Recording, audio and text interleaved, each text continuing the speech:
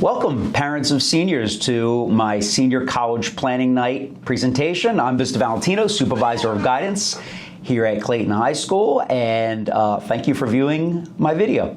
So let's get things started. So to start, the counseling department, you see the people there. I already mentioned myself. If your child's last name has letters A through K, starting A through K, then your child's counselor is Mr. Tyler Fruits.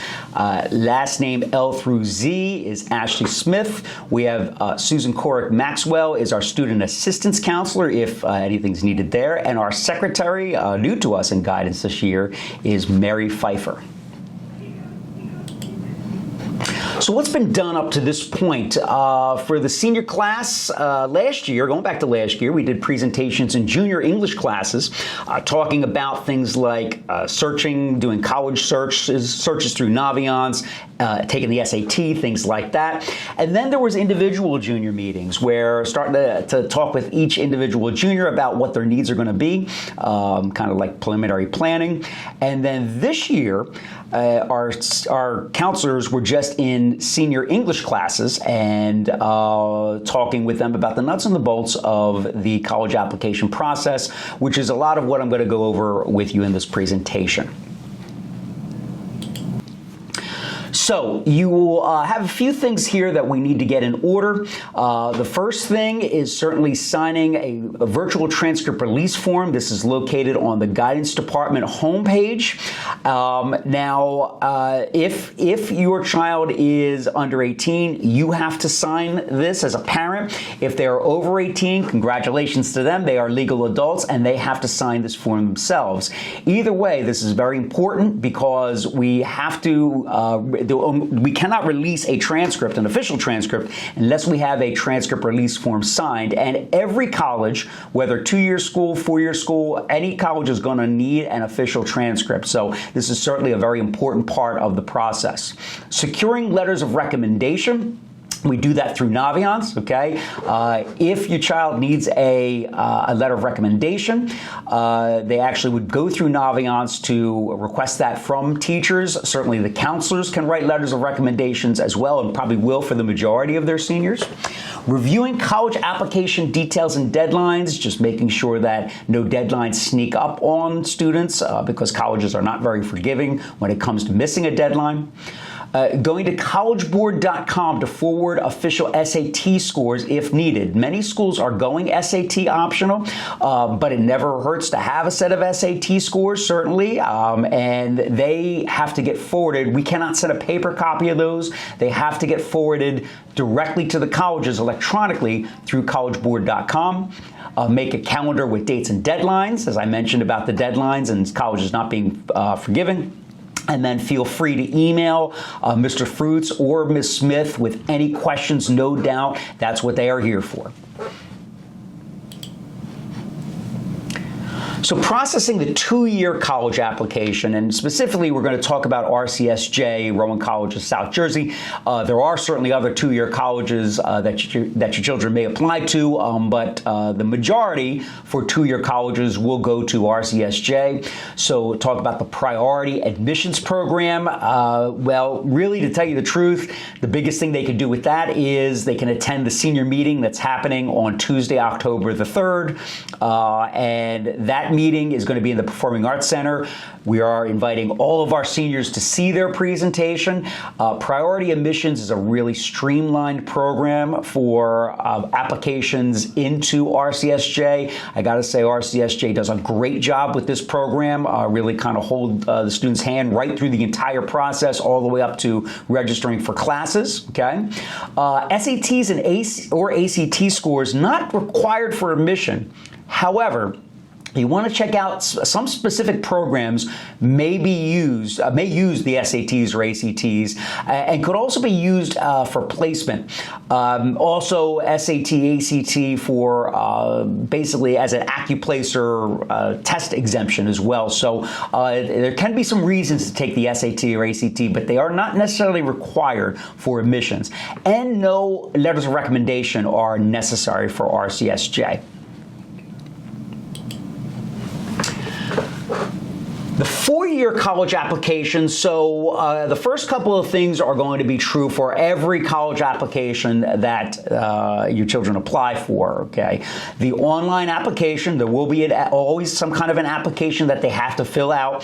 Kind of the back in the day of paper applications has gone really out the window. At this point, everything is done online. They're usually very easy to find, the online application. Of course, if they cannot find that, contact Mr. Fruits or Ms. Smith. And then, as I mentioned, official transcripts. Those are going to be, no doubt, for every single college that they apply for.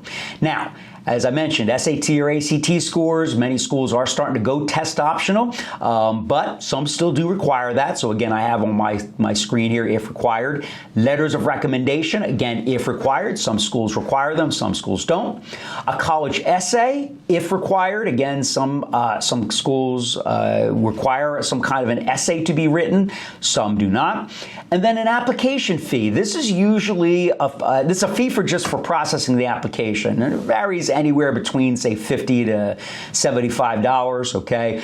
But a little secret, many times if your children go to a college visitation, or if they go to see the college reps that are coming here to Clayton to see their presentation, a lot of times the college reps will give them a fee waiver for this. So that certainly can add up, especially if they're applying to a lot of four-year colleges. So make sure that your children are going out to see colleges, going to presentations, because they could get these fee waivers, no doubt. So next, let's talk about the Common Application. The Common Application is an application, as the name implies, that the students can fill out one time, and they can then send that to many different colleges, but they have to make sure that the colleges accept the Common Application, okay? So I'd say the first thing, my first bullet there is, make sure that the colleges that you are applying to accept the Common Application. Some schools only use the Common Application. Rowan University is an example. You have to use the Common Application to apply to Rowan University. The Common Application can be accessed through commonapp.org. And if using the Common Application, please make sure that your child sees Mr. Fruits or Ms. Smith with any questions. There is a process where they link it to their Naviance account, okay? So they want to make sure they know what they're doing with that, okay? Again, Common Application, a great way to save some time rather than filling out a lot of applications if the schools that they're applying to accept and use the Common Application. So speaking of Naviance, okay, Naviance is something that we use in the guidance department, we have been using in the guidance department for many years, and we use it starting in 6th grade, actually, for a lot of different jobs and tasks. But your children will never use Naviance more than what they use it senior year, okay? And their end of it, Naviance, is called Naviance Student. That's what you see on the screen here, okay? So Naviance Student, just a few of the jobs that they'll do, they're going to be, we track all college applications through there. They can actually access the college websites through there. They can take a look and see whether or not they're a good fit for a college based on SAT scores and GPA through Naviance Student, okay? Scholarships, they can access scholarships through Naviance Student, okay? So as I mentioned earlier, they're going to request their letters of recommendation through Naviance. So no doubt it's something that they are going to use a lot this year. And if wanting to check that out, you can certainly ask your child, let me take a look at your Naviance account, okay? And you can always contact Mr. Fruits or Ms. Smith if you did want to sit down with them to kind of get a little tutorial about what Naviance is all about, okay?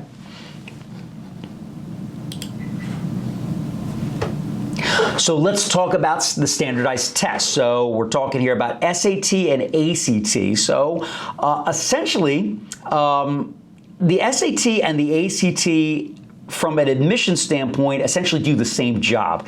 They're a test that colleges can use to use as making a decision, the scores, whether or not to admit your child into their school, okay? The SAT is probably the one, no doubt the one on the East Coast that is the most known and the most common. And you see there on the screen, has a reasoning test, reasoning test, it is a reasoning test, excuse me, critical reading, math, and writing. Versus the ACT, which is an academic achievement test and has sections in math, English, science, reading, and writing. There is an equivalency chart, meaning that if a score that they got on the SAT, what it relates to the ACT and vice versa, okay, it never hurts to have taking the SAT or the ACT and having both sets of scores. The ACT is a little more well-known out in the West and Midwest, okay? But most colleges will accept the one that is that is the highest for your child, okay? Meaning that with the equivalency, if ACT, they did get an ACT score and it reflects higher than the SAT, most colleges, they will take that score for admissions purposes, okay?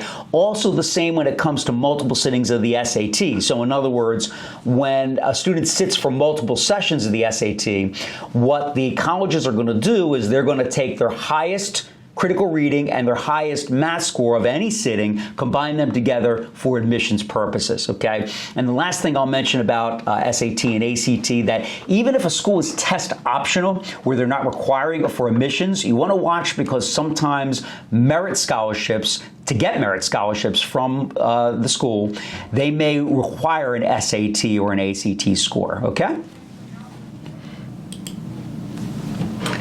So as I mentioned in an earlier screen, SAT scores and ACT scores must be sent electronically directly to the colleges. They do not want them sent paper. We don't even get them in a paper form anymore here at the school. So they have to be sent electronically, and it's a very easy process through collegeboard.com or ACT.org for the ACT. Very easy process, but if the student wants help, certainly they can see their guidance counselor and they will help them send out those scores, okay? And very important, my parents of athletes, make sure if your child is considering Division I or Division II sports in college, that they send their scores electronically to the NCAA clearinghouse, okay? Make sure that they see their counselor for details. That's a very important thing, because for Division I, Division II sports, they have to be cleared academically in order to play, and part of that is certainly going to be the SAT or ACT scores. So my next slide here is some helpful hints that you're going to want to know here. The first is certainly consulting Naviance regularly, Naviance student regularly for updates, okay? And in particular, for signing up for our college rep visits that are happening through Naviance student. We have colleges reps that are coming to us all the time, want to come and meet with our seniors. All of those visits for the seniors to be involved with that happen through Naviance students, so they're going to want to be checking Naviance student regularly. Sometimes they are updated daily, okay? So make sure they are certainly checking those out. Proofreading applications, all right? Making sure, might seem like a small step, but making sure that they are checking for spelling errors and typos and things like that. Very easy for college reps to basically put an application in the B pile as compared to the A pile if it has a lot of errors on it, okay? So might seem like a small step, but it really can pay huge dividends. And then this is a big one, allowing 2 weeks to process any application, all right? Puts us in a real bind if we have a college application that's due on April the 1st, and the student comes to see us on March 31st, okay? We'll work the best we can to get that application ready and everything they need, but that really puts guidance in a bind. So make sure if you adhere to that 2-week deadline, hence if it's an April 1st deadline, having everything ready to go by March the 15th, if it's a December 1st deadline, everything ready to go by November the 15th, things like that, that's a good standard to go by.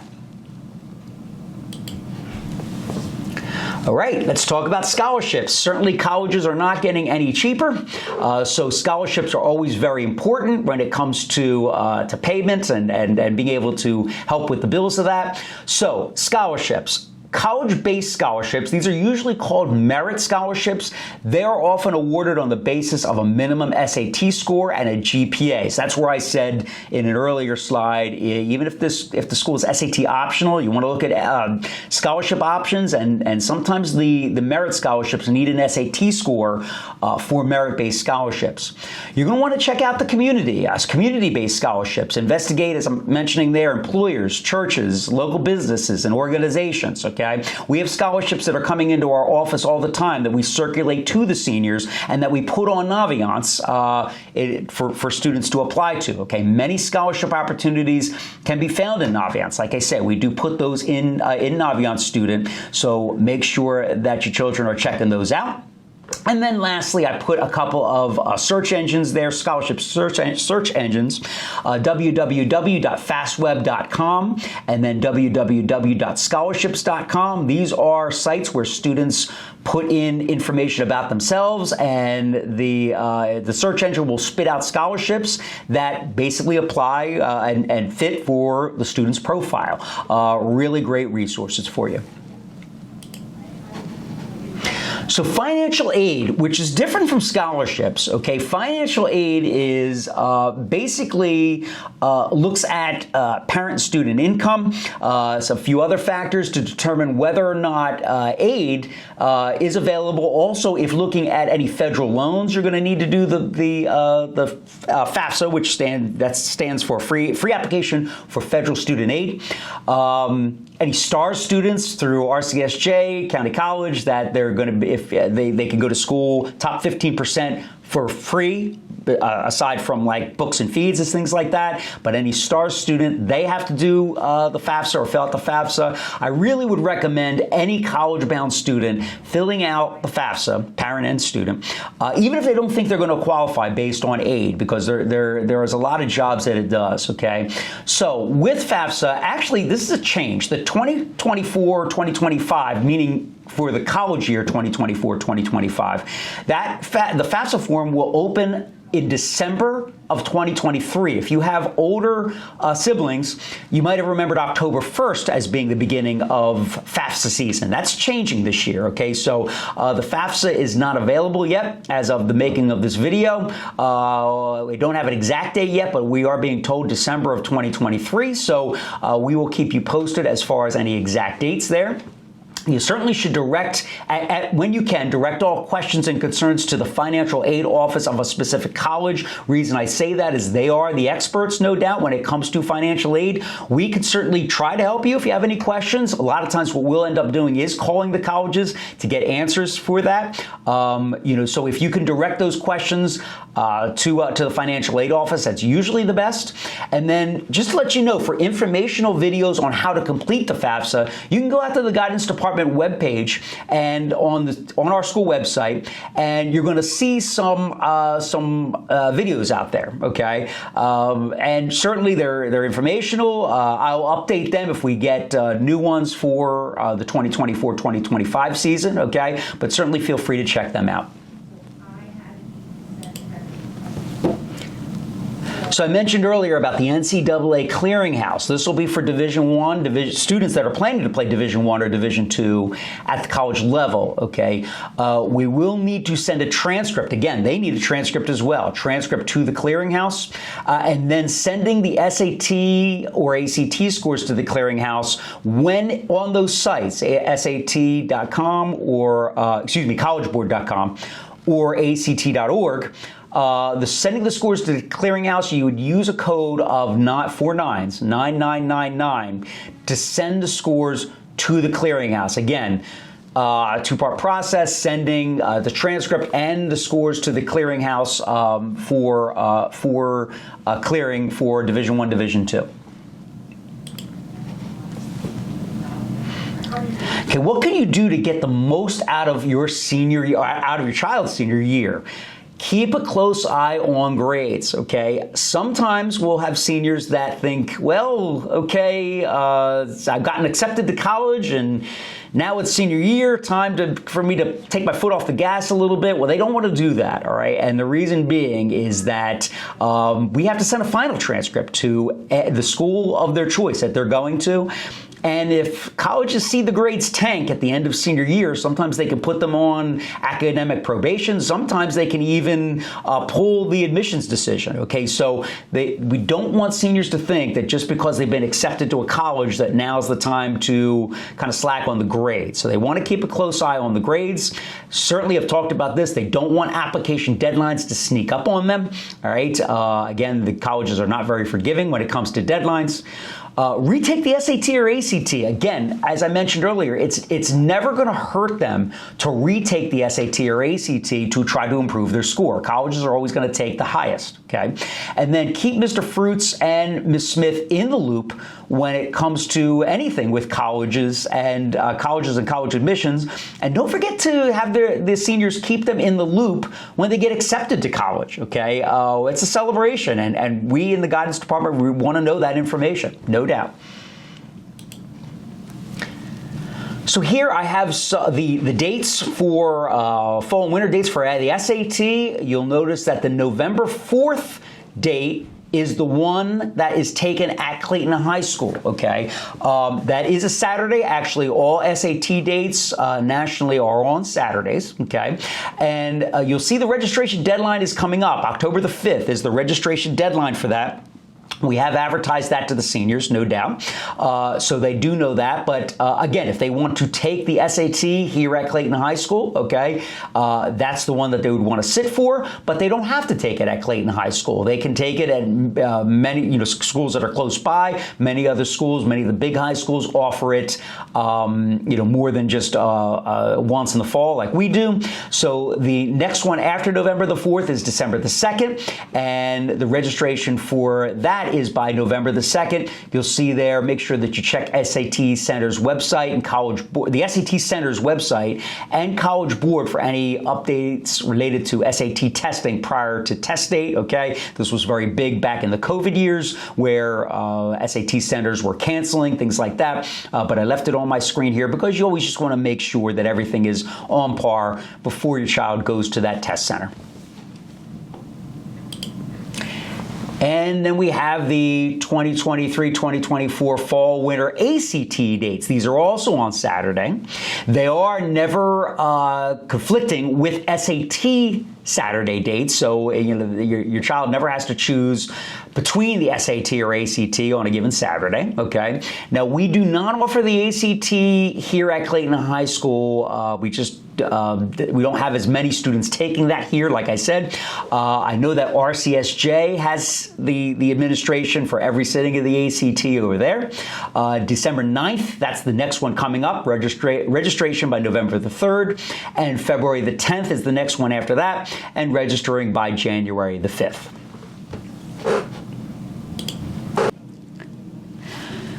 So I'd like to thank you so much for viewing my senior college planning video. If you have any questions, we are here, no doubt, ready to answer your questions, and enjoy the rest of your day.